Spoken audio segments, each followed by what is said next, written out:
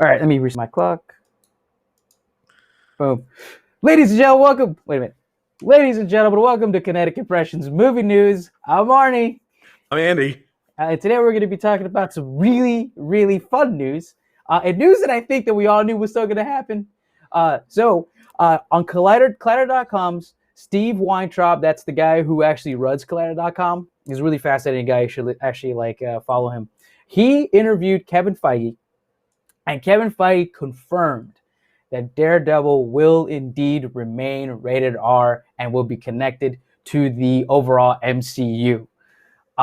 Drew, let me ask you this. Did you ever think this was not going to be a rated R movie? You had me for a little bit of a scare whenever, we were talking about it being Marvel Studios and that no Disney hadn't really released a rated R movie yet. You had me a little, not with the umbrella of Marvel Studios and stuff like that. They've done it through other studios. Is that right? Is Yes, that what we're talking about? Yes. So Disney owned Dimension and New Line, right? And that's where they released all their rated R stuff.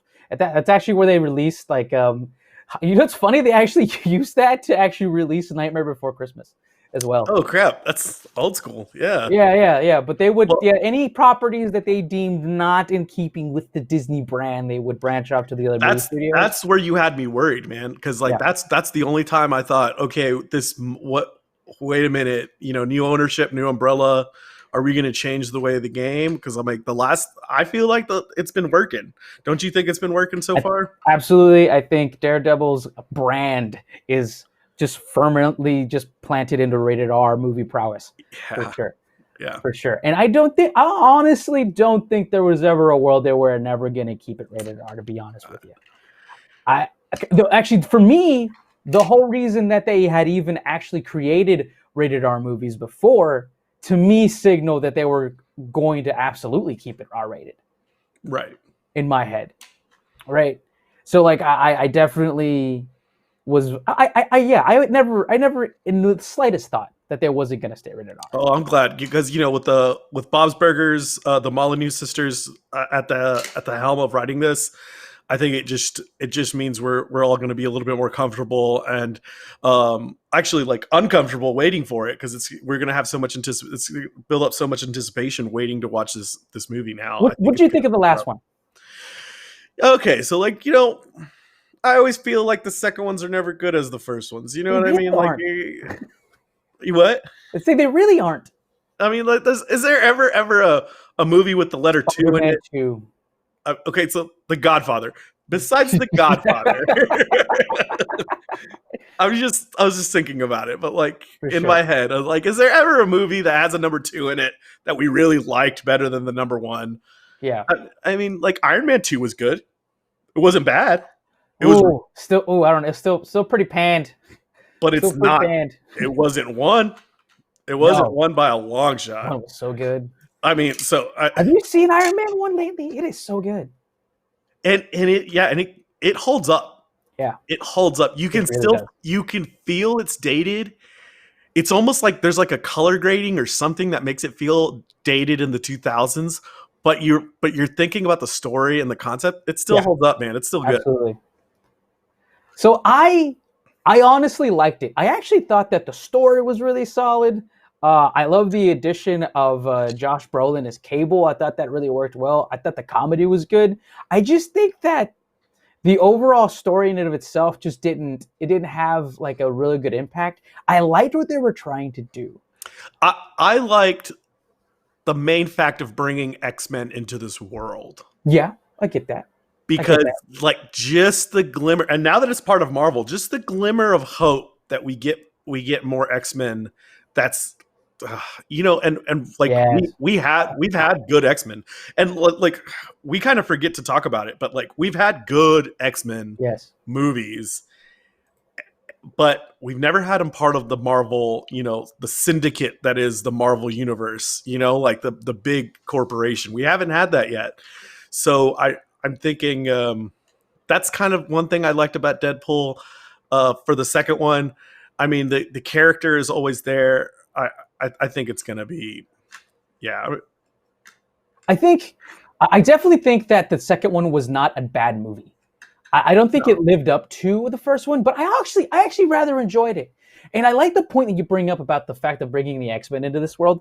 It's funny because Deadpool will be essentially be the only character that was involved with the old Fox X-Men movie franchise that will actually come into the MCU in the same state that it was in, same actors, same basic storyline that we're bringing in from the old ones. Well, so he will live between both realities. Well, no, this was technically its own thing, right? Right, but you remember that one part? Always been his own thing. You remember that one part where like it was a throwaway scene, but we did see the First Class X-Men. The what? We saw First Class X-Men. The actual whole characters, all of the new X-Men, the previous X-Men that was just going on. We saw them in one scene because he went to the mansion. Remember that? Yes. Oh, yes. I remember. It was a throwaway scene. It was all of them, but like I remember they were all like sitting in a room, and then they just like closed it. That was a good. Right? So he will. But he also showed clips from when he was the Weapon X. Remember when he's the Weapon X and Wolverine? Yes, the terrible Wolverine origins. Yes, with the bad effects that like I never knew in the movie theater and in the digital version that I downloaded at home. I never knew which one had the rendered product because it all looked bad. It looked like a rendered product. It was completely undone special effects. That fucking scene with the it was bad. What was going on with those effects? Anyway, okay. Yeah. Back to Deadpool. But yeah, we'll talk about the mistakes. Yes. But essentially, like, you're right. Like, the X-Men are coming in. He is the one thing that connects the old MCU to the new MCU. Yep. Previously owned by other studios, mainly Fox. So I love the idea of the banter that's going to happen because of that, and the like weird outlandish like references that are going to happen. Like, he's going to be aware that there's going to be two universes. He always does the best job at breaking the wall, like breaking that fourth wall.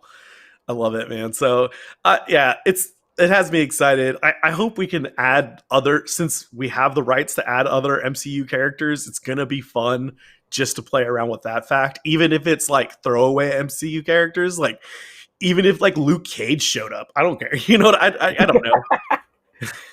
I mean, there's talk that they're gonna bring back a bunch of those characters, like Daredevil. We said is gonna come back into the new Spider-Man, and all those lower. You know, we talked about all those lower level characters getting shows and stuff like that, right? So for sure, maybe they'll throw one away into a Deadpool project or something. But who knows? We know we're going to have a lot of fun. Ryan Reynolds has promised us.